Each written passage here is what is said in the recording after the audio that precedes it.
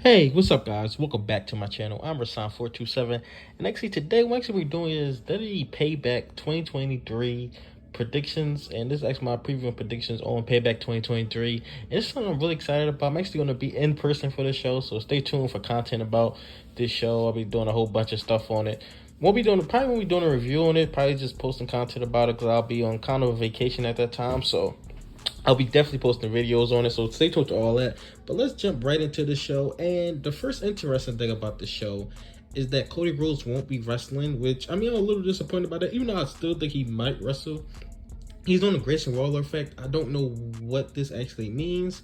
It really doesn't make any sense because he has nothing to do with Grayson Waller unless they're about to set up a match between somebody and Cody Rhodes using Grayson Waller. But then why do you have to do that? I mean, I guess they just wanted to put Cody Rhodes on the show. What I think they're going to do is they're going to set up a match between Cody Rhodes and Grayson Waller. This is what I personally believe. I mean, that's the only thing I can think of. But then why you have Cody facing Grayson Waller? Because they're on different brands. Like, did they do it this way? Just had a loophole of them being on different brands? I'm guessing that's what they did. But then you have, I mean, I guess there's nobody else for Cody Rhodes to fight on Monday Night Raw outside of Judgment Day. I mean, off the top of my head, I mean, maybe a Tommaso Ciampa, but he hasn't really been built up. I mean, The Miz is with LA Knight already. So, I mean, there's really nobody else that's on Cody Rhodes' level to actually face. So, I mean, I guess this makes sense, but then it really doesn't. But we'll just see what happens with the Grayson Waller effect. But as far as getting into the matches, let's talk about the first match I'm going to talk about. It's actually Becky Lynch versus Trish Stratus in a Steel Cage match. So this has been a feud that people have not liked. They really haven't had a good match. I mean, their matches have been okay. The Raw match is way worse than their Night of Champions match. Because I don't believe they were at Backlash. Yeah, I believe it started Night of Champions. They didn't have a match at Money, but they was in the Money in the Bank ladder match. But their that Raw match, which is absolutely terrible, was not good at all. But I do think this would be a really good match. I mean, has this feud been lackluster? Yes, it's been going on for a long time. It's been going on for a while, since right after WrestleMania this actually started. So for months, it's 4 or 5 months this has been going on. I'm actually glad it's over just to see what Becky Lynch can do next. I mean, I'm just ready for this feud to be over. I think it'll be a good match. I mean, that's really all I gotta say about it. I mean, when this comes on, I really don't pay attention, to be honest. I'm just gonna be completely honest about it. I mean, I'm more interested to see what Charlotte and Bianca and Rhea Ripley are doing than over this feud. I mean, just get something Becky Lynch to do, because Rhea Ripley is not losing that title for a long time. I mean, probably not until Mania. But it does give Becky Lynch something to do. But I mean, they could have made the feud better or just do something better with her. I don't know if she continue a feud with Zoe Stark after this. I don't think Trish Stratus will be here after this. I don't know how long she actually will be here and stuff like that. I just assumed that she won't be here for that because I thought she was going at SummerSlam. I thought this feud was going to make it to SummerSlam and she will be going, but she still was here. So we just have to see what's going on with that. But I got Becky Lynch definitely pick up the victory. I mean, if this feud's going to be over, Becky Lynch has to win because Becky Lynch is going to be here for the future. For Trish Stratus, I don't know what her schedule and stuff is, but that's pretty much it for her after this. Second match I actually want to talk about is actually LA Knight versus The Miz, the second match I actually want to talk about. And this is something I'm pretty excited about. I want to see LA Knight and have a longer match because, I mean, to be honest, none of his matches have ever been long. He'd mainly been doing squash matches as of late. But I definitely think that this would be a good match as well. And LA Knight is super over. I think it's a perfect spot to put him in. You know, a lot of people saying that he's not pushing him right. What's the push he's going to get? Got to put the U.S. title on him. I think that if you take your time with somebody, if they really could take their time, if they really actually want to, that's only if they really actually want to push them. I feel like you waiting and you building up to it will be even better than just putting a title on them and just having them win already. I feel like building up to it, especially organically building up to it, and having a feud with The Miz is absolutely perfect for him, I think, personally. I mean, the promos on this have been great. I mean, that promo that Elena cut on this week's version of SmackDown was fantastic as well.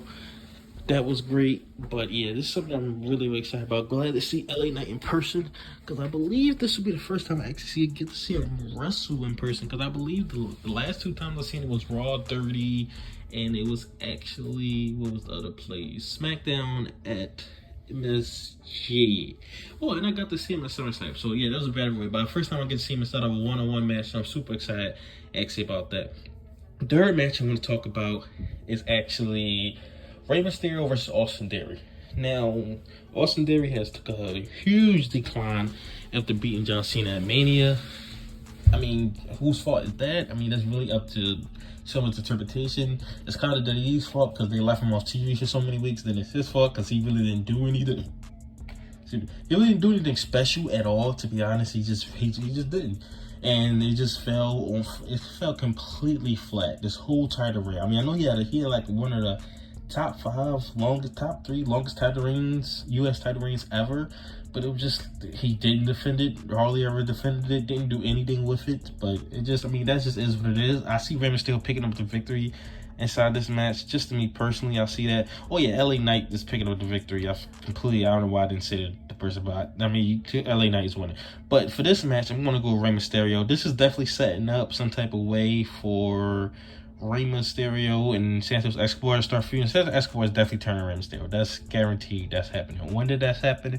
Will Rey Mysterio hold the title all the way till Mania? We'll just see about that. I mean, he might lose the title up until then. There's a rumor that Solo Sikoa is supposed to be winning the title, which I don't know how that factors into what Santos Escobar and Rey Mysterio are doing, because Santos Escobar still deserves a shot.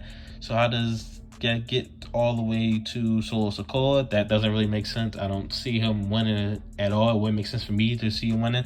I definitely think this is setting up Rey Mysterio and Santos Escobar. Rey Mysterio is picking up the victory absolutely inside this match.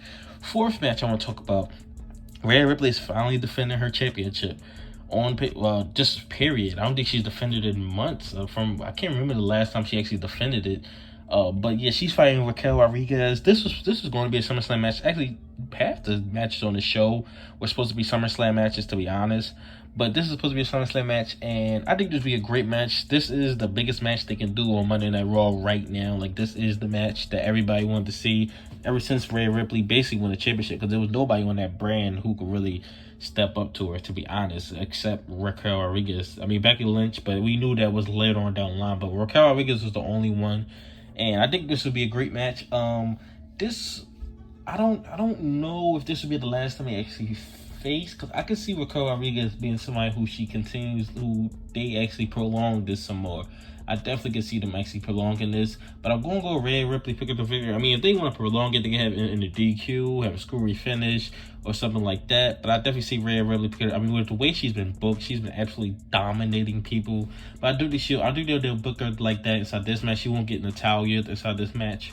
But I do think that Raquel Rodriguez put up a fight. This would be a really great match as well. I mean, this whole card from top to bottom is a really good card right here. But let's get into the main event, or what should be the main event. I don't know what's going to be the main event. They could announce more matches. I mean, there's only 5 matches announced so far, so they could announce more, but this probably is most likely the main event. Seth freaking Rollins versus Shinsuke Nakamura. And Seth freaking Rollins versus Shinsuke Nakamura.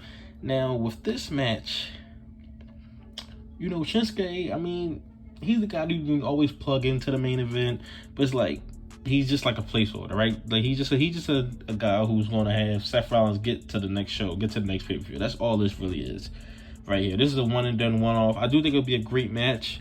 I do think they've built Shinsuke. They kept him pretty strong throughout the whole entire year for him to build up to this, because that's what you do. You keep the guy strong. I mean, he's still immensely popular. He's not nowhere near as popular as he was going into, like, the match with AJ and stuff like that.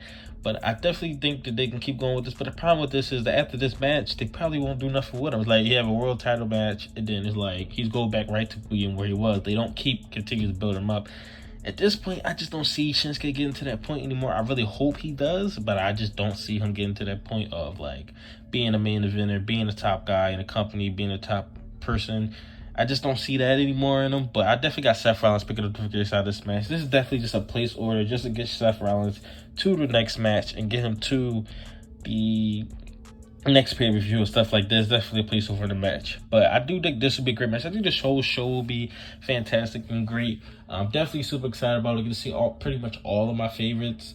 You know, even Austin Theory, even though he hasn't been what he should be, he's one of my favorites as well. But I do think this will be a great show, a great card, and great pay-per-view. Tell me your thoughts in the comment section below. Tell me your predictions inside the comment section below. Like, comment, subscribe. Thanks for watching.